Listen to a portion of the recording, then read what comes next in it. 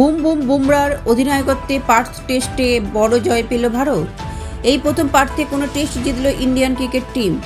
প্রথম ইনিংসে 150 রানে গুটিয়ে গিয়ে অস্ট্রেলিয়ার মাটিতে অজিদের 295 রানে হারিয়ে দেয় বুমরা, রাহুল, জয়সওয়ালের ভারত। রোহিত শর্মা না খেলা এই টেস্টে অধিনায়কত্ব করেন জসপ্রীত বুমরা। প্রথম ইনিংসে অধিনায়ক বুমরার অসাধারণ বোলিংয়ের ফলে 46 রানের গুরুত্বপূর্ণ লিড পেয়ে যায় ভারতীয় দল। দ্বিতীয় ইনিংসে জয়সওয়াল ও কে.এল. রাহুল প্রথম উইকেটে 200 রানের গণ্ডি পার করে দেয়। রাহুল না পারলেও জয়সওয়ালের 100 রান করে আউট হন।